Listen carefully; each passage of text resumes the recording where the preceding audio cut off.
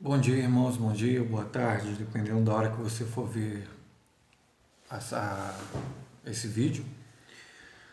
Nós vamos hoje vamos ter mais uma aula da nossa escola, na escola bíblica. Nós estamos na lição 9, cujo título, tema é o poder do Espírito Santo. É uma pena, né, devido a toda a situação que nós estamos passando, nosso contato hoje está, grande parte, sendo resumido de forma digital, mas cremos em Deus que em breve estaremos juntos mais uma vez, reunidos na nossa igreja, na nossa congregação. Eu vou precisar ser um pouco mais sucinto para não me estender muito no vídeo, então vocês acompanhem com a revistinha de vocês. O bom é que vocês podem pausar, né, vocês podem voltar, mas aqui eu preciso ser um pouco mais sucinto para não estender muito o nosso documento, nosso vídeo, tá bom? Poder do Espírito Santo, o texto bíblico básico vai no livro de Efésios, carta de Paulo aos Efésios, capítulo 5, do 8 ao 21. Eu só quero ler os dois primeiros versículos aqui, que diz assim: porque noutro tempo erais trevas, mas agora sois luz no Senhor. Andai como filhos da luz, porque o fruto do Espírito está em toda bondade, justiça e verdade, mais um somente, aprovando o que é agradável ao Senhor. Incentivo vocês também a lerem o mesmo versículo na NTLH, ela tem um esclarecimento muito bacana e foi bem proposital essa camisa, né? Não sei se vocês se recordam do Congresso dos Jovens, Be the Light, seja luz, é uma ordem, né? É um mandamento, é um estilo de vida com quem anda com o Espírito Santo. Texto áureo, Romanos 8, 9. Vós, porém, não estáis na carne, mas no Espírito, se é que o Espírito de Deus habita em vós. O Espírito de Deus habita em vós, irmãos.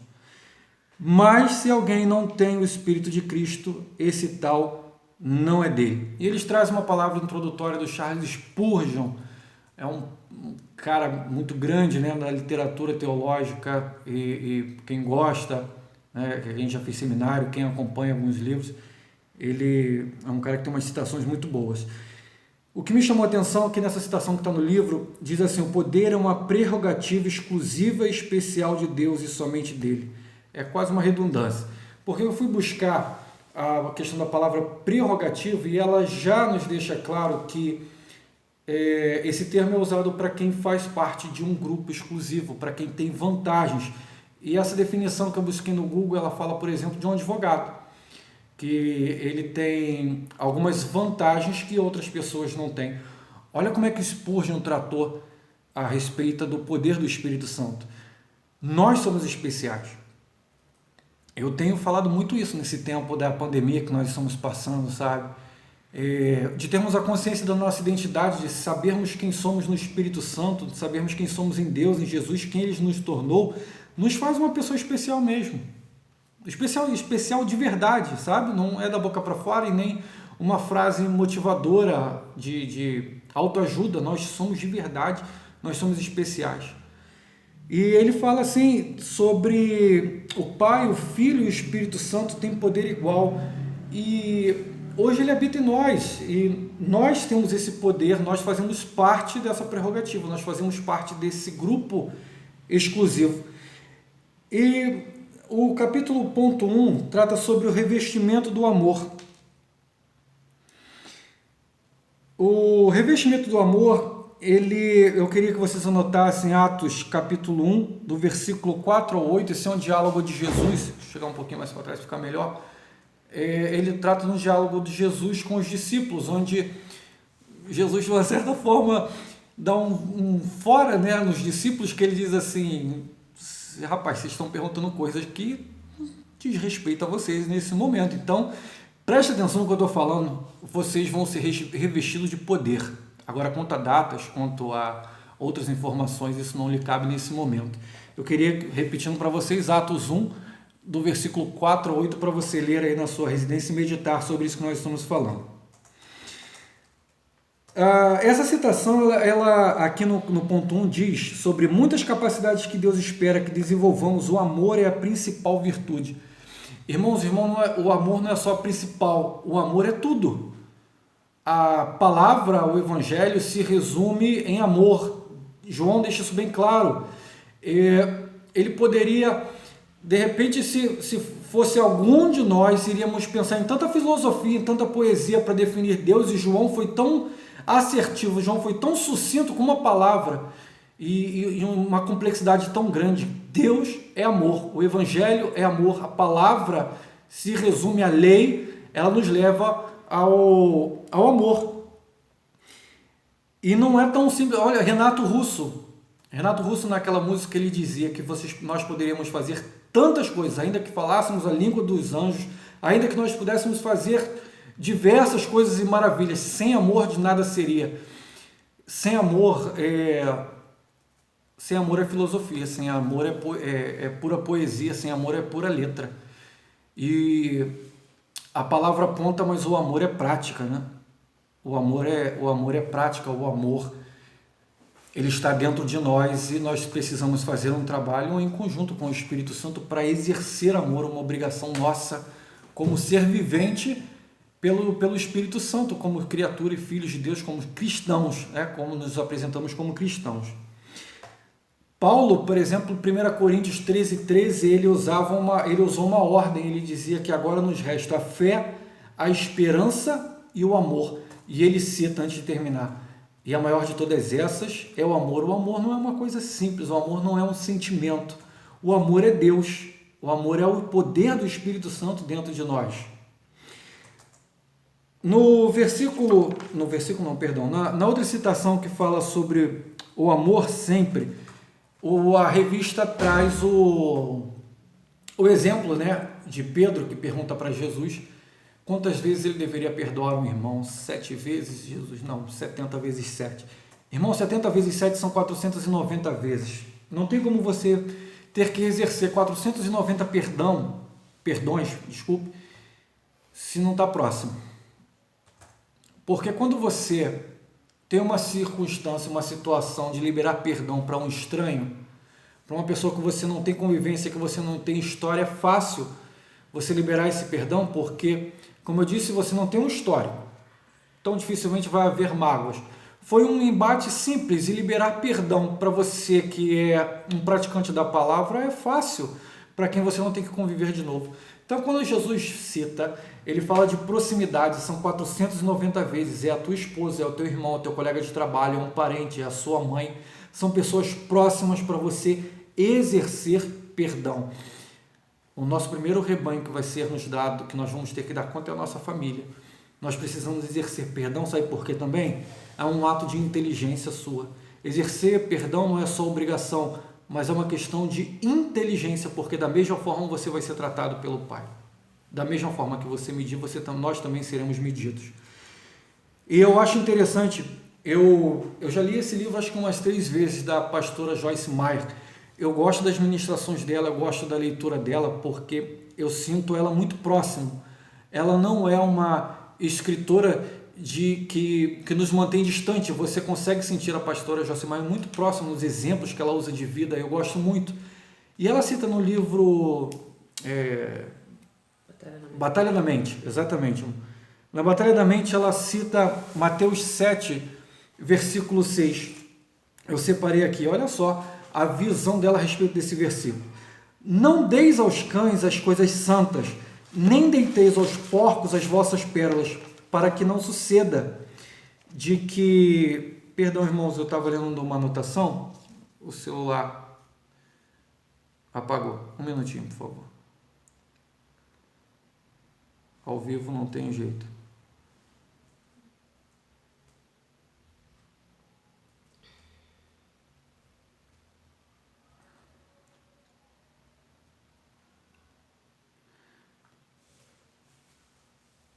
Perdão. Não deis o que é sagrado aos cães, nem joguei aos porcos as vossas pérolas, para que não as pisoteiem, e voltando-se, vos façam em pedaços. A pastora Joyce Meyer, nesse livro, ela fala assim, quando você tem a oportunidade de amar uma pessoa e você não a ama, você está jogando pérola aos porcos e permitindo que eles voltem e pisoteiem você. Isso me faz lembrar de uma reunião onde a pastora Cristina, ela citou que quando, por exemplo, irmão, você faz uma fofoca quando você participa de uma fofoca, você está permitindo uma ambiência naquele local de demônios agindo, e isso não é literário. Então, quando a gente também não permite um perdão, quando a gente não exerce o perdão, nós estamos jogando pérola aos porcos. Nós estamos deixando de perdoar, nós estamos deixando de manifestar a palavra na vida daquela pessoa que às vezes nem percebe isso. Mas o Espírito Santo sim. E ele sempre te alerta para que você, porque você tem a condição de repensar a tua atitude antes de você tomá-la. Existe uma conversa muito íntima e rápida do Espírito Santo com você no momento que você está sendo colocado em prova sobre os teu temperamento, sobre respostas que às vezes você dá no automático. Nós sabemos que convivemos com ele, que existe um toque do Espírito Santo onde ele te permite você se calar, você mudar o seu pensamento, você mudar a resposta. Então, quando a gente não tem esse tipo de comportamento, nós jogamos a pérola, o amor, nós jogamos aquilo que é precioso, que o Espírito Santo nos permite utilizar com o nosso irmão, com o nosso semelhante, jogar aos porcos. Seguindo o amor sem distinção. Na primeira linha ele fala assim: no Antigo Testamento a lei ordenava. Irmão, quando trata de amor e quando trata lei, eu lembro sobre Gálatas capítulo 3, versículo 23 ao 25. Vocês podem me acompanhar, que eu também vou buscar aqui. Gálatas, terceiro capítulo de Gálatas, capítulo 3, do 23 ao 25. Amor e lei, ok? A lei deixou de ser um livro, deixou de ser uma regra impressa e ditada aos homens, né? A lei ela deixou de ser escrita e veio morar dentro de nós. Mas olha o que Paulo fala aos Gálatas, ele diz assim: antes que a fé chegasse, estávamos sob a custódia da lei, nela aprisionados até que a fé que haveria de vir fosse revelada. Desse modo, a lei se tornou tutor a fim de nos conduzir a Cristo, para que por intermédio da fé fôssemos justificados. Agora, no entanto, havendo chegado a fé, já não estamos mais sujeitos a esse tutor. Tem versões que chama de aio, que a palavra era o aio até Cristo, porque a lei sempre foi boa, mas ela nos deixava claro que nós não tínhamos condições de exercê-la se nós não tivéssemos um tutor, um salvador, que nos conduzisse a praticar a lei. Nós não tínhamos condições. Por isso a lei hoje está impressa na tábua dos nossos corações. E aí você aprende que por que você não toma certas atitudes? Porque a lei está dentro. Por que eu não mato? Não mato mais porque não está escrito. É porque o Espírito Santo mora dentro de você e a sua natureza, o seu espírito em comunhão com o Espírito Santo mudou muita coisa. É por isso que nós falamos sobre caráter modificado, sobre posicionamento modificado. Nós agora somos espírito vivificado, nós não vivemos mais pela carne.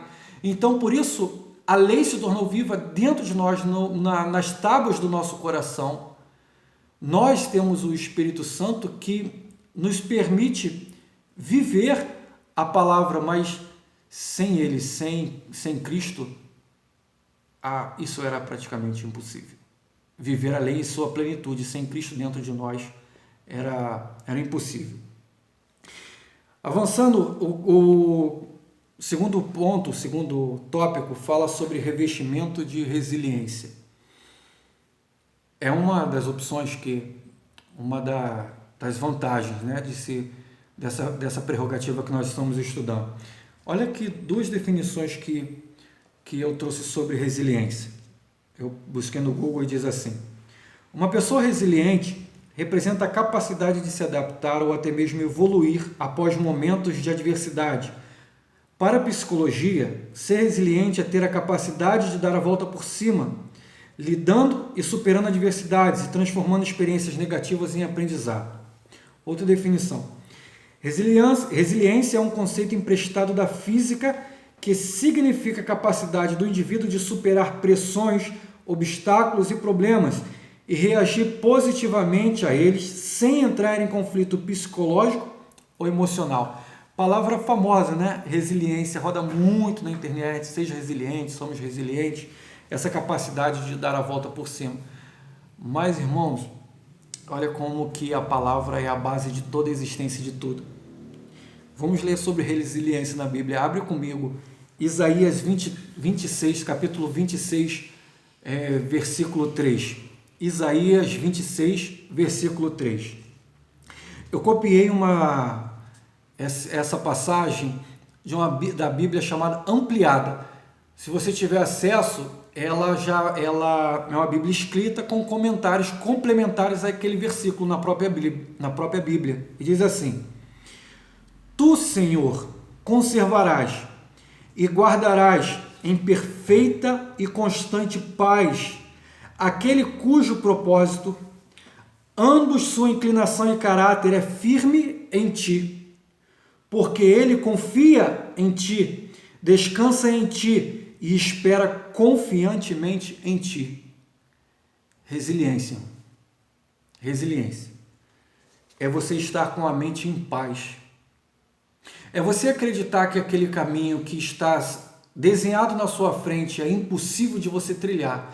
O Espírito Santo manifestado em você, Jesus, que disse que nunca te abandonaria, coloca a mão no teu ombro, caminha com você, e quando você percebe, depois de muito tempo, aquele caminho que você disse que era impossível de você percorrer, ele te conduziu em amor, ele te conduziu em conversa, ele te conduziu com colo, e você percebe que aquilo que você achava que era teu limite nunca foi, porque Cristo sempre leva você além dos seus limites.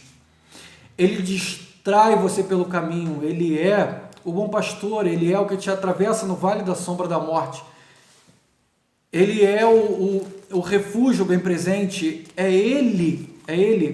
nele que nossos olhos devem estar fixados, e não na pandemia, e não nas circunstâncias, no possível desemprego. É ele que sempre te sustentou antes disso tudo acontecer, antes de todas essas possibilidades negativas que têm sido ministradas à nossa família, à nossa mente, nos causado pânico. Ele sempre foi o aio, ele sempre foi o teu tutor.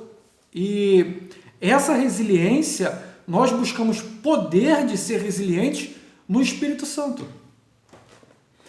Isaías, 400 anos antes de Cristo, já nos ensinava a ser resiliente. Continuando, irmãos, esse 2.1 fala que a resiliência ela nos ajuda com o impulso contra o pecado e contra aflições. Impulso contra o pecado. Essa semana eu tive uma conversa com a minha esposa a respeito. Ela sempre cita que eu sou uma pessoa muito equilibrada. Ela falou: amor, eu te acho uma pessoa muito equilibrada. E eu disse assim: eu não sou tão equilibrado como você diz, irmão. Eu pelo menos não acho. A minha questão é que eu tenho responsabilidade sobre o resultado. Eu falei assim para ela: eu penso na responsabilidade que eu tenho se eu cometer um ato impensável, no resultado que isso gera, porque nós somos responsáveis. Eu tinha um professor de karatê, eu era criança, e ele falava assim: se o teu adversário é mais fraco do que você não tem por que lutar. Se teu adversário for mais forte do que você não tem por que lutar. Isso é burrice. E se ele é igual a você também não tem por que lutar, porque ambos se respeitam. Então, sabe o que é isso, irmãos? Responsabilidade. Tem a ver com equilíbrio. Tem a ver com que a revista está falando sobre impulso.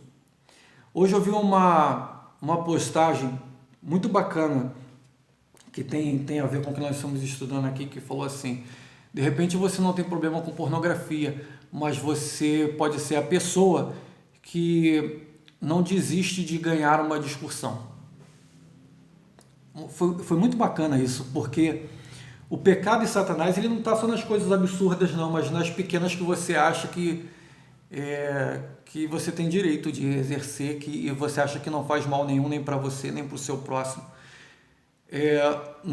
Todos os nossos pecados foram nivelados, e o nosso comportamento ele tem que ser, nós temos que dar atenção ao mínimo e ao máximo.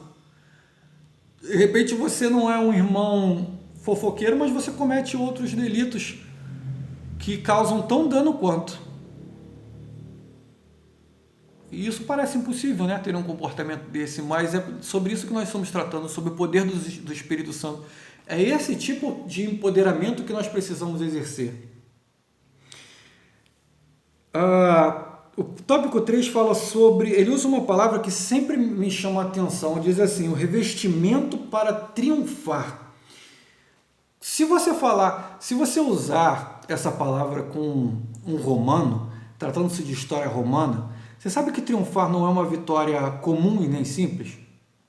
Se você buscar a história, que nós temos aí nos países esses arcos do triunfo, eles entendem muito bem o que está sendo dito, porque aquele arco, aquele monumento, né, que é dado como monumento hoje, histórico e turístico, ele trata sobre uma vitória onde se expõe o inimigo ao vexame, à vergonha.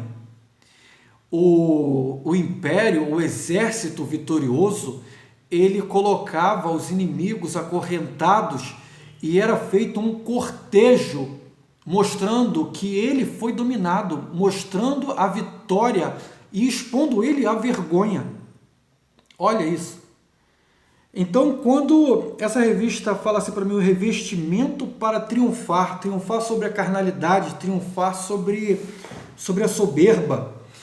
Irmão, triunfar, ser um crente carnal, isso não existe, né? Ser um crente carnal. Porque quando você fala em ser cristão, para você ser carnal, basta você não ser espiritual. Então, é uma informação heterogênea essa, né? São coisas que não se misturam. Se você é cristão, você é espiritual. E se você está sendo carnal, você está precisando buscar muito mais desse revestimento que você conheceu, mas está com dificuldade de expô-lo em prática, de vivenciar ele de verdade. A revista trata sobre a carnalidade, sobre soberba, existe uma listagem, né? Paulo fala sobre uma listagem imensa, e eu li aqui na revista, e ele termina assim, e outras coisas semelhantes, ele fala assim, os males que o Espírito Santo nos ajuda a vencer são libertinagem, pureza, idolatria, feitiçaria, ódio, discórdia, ciúme, ira, e vai embora. Aí ele diz assim, orgias e coisas semelhantes. Meu irmão, essa reticência aqui é muito grande. Evangelho não é confortável mesmo não, cara. Nunca foi e nunca vai ser. Nunca foi dito que é fácil, né? Que é fácil. O Evangelho, ele não é fácil. Ele é simples, mas profundo. E a gente às vezes confunde simplicidade com superficialidade. E não é. Não é fácil ser, de fato, levar a nossa cruz e seguir a Cristo. Não foi fácil para ninguém, não é para a gente que vai ser fácil. Capítulo 4, capacitação espiritual. A nossa revista trata sobre Atos 2, né? O vento impetuoso que mudou a história da igreja, que fundou a igreja, onde nós temos o exemplo de um apóstolo que antes negou a Cristo e depois uma pregação dele converteu 3.000 pessoas e esse número só foi aumentando. Isso só é possível com o Espírito Santo. O pastor dividiu conosco uma mensagem do Luiz Hermínio, do apóstolo Luiz Hermínio. Ele falou uma sacada dele tão incrível, cara, que eu nunca pensei nisso. 30 anos, Jesus passando pelo coxo, passando pelo cego, convivendo e esperando o momento certo. Veio uma pomba, ungiu, batizou o Espírito Santo, o Espírito Santo batizou a Cristo e ele de cara, meu irmão, começou o ministério dele sendo atacado. Foi pro deserto, passou 40 dias sendo atacado por Satanás, foi colocado à prova de cara. Mas olha, Jesus, sabendo quem era, esperou o momento certo, esperou o revestimento. A mesma coisa aconteceu com a igreja. A transformação veio depois do Espírito Santo. Centenas de maravilhas que nós podemos citar, depois da chegada do advento do Espírito Santo. Eu queria concluir com vocês, irmãos. Existem aqui requisitos e conclusão da revista. Eu queria concluir em vocês que o poder do Espírito Santo é a manifestação de viver em amor. Nós temos... a ramificação é grande, né? Orar em línguas, manifestação de milagre, manifestação de maravilhas. Milagres e maravilhas são diferentes, né?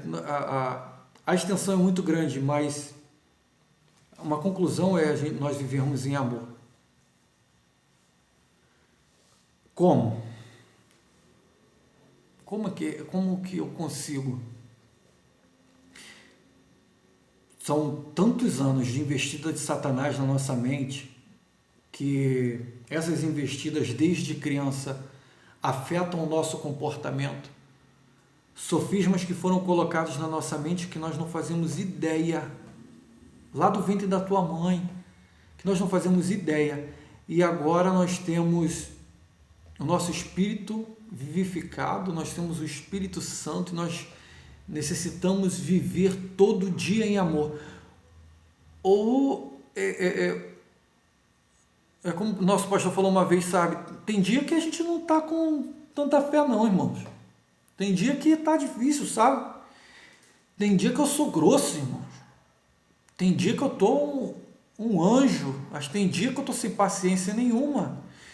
E não tem férias não tem folga, sabe? Satanás não tira férias, não tira folga e o mundo está reparando em nós.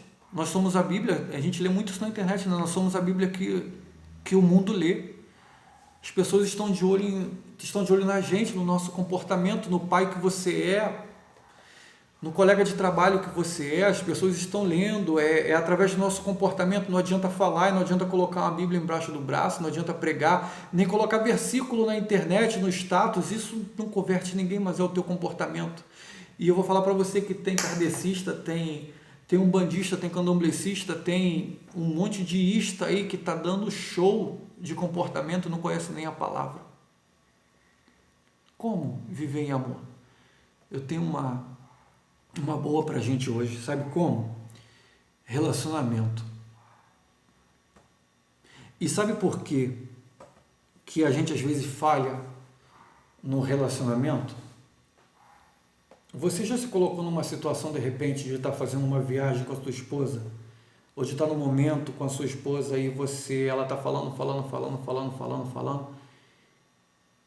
e ela faz uma pergunta e você, desculpa, eu não estava aqui, ou você responde qualquer coisa para fingir que estava participando? Já, irmãos, eu também. Sabe o que isso quer dizer? Que naquele momento você não estava se relacionando com ela. E o que isso tem a ver com o Espírito Santo? Porque se você não tem relação com a palavra de Deus, se você não tem contato com a palavra de Deus, se você não ora, se você não jejua, se você não destina tempo com o Espírito Santo, você está fazendo a mesma coisa com ele. E sabe o que acontece? Porque às vezes você fica em confusão, você vive às vezes momentos de desconexão, porque eu e você permitimos esse momento de não falar a mesma língua com o Espírito Santo. Nós não estamos tocando no mesmo assunto que o Espírito Santo. No dia que eu não leio a palavra, no momento que eu fico às vezes dias sem contato com a palavra, eu não estou tendo a mesma linguagem, eu não estou tendo o mesmo papo que o Espírito Santo está querendo ter comigo. É um período em que eu passo fazendo ouvido de mercador, e aí o que eu digo? Que o Espírito Santo não fala comigo, que Deus não fala comigo, que Deus não responde a minha oração. Não é, irmão, é porque não está havendo conexão, não está havendo relacionamento. Você está vivendo de uma forma e o Espírito Santo está atuando de outra.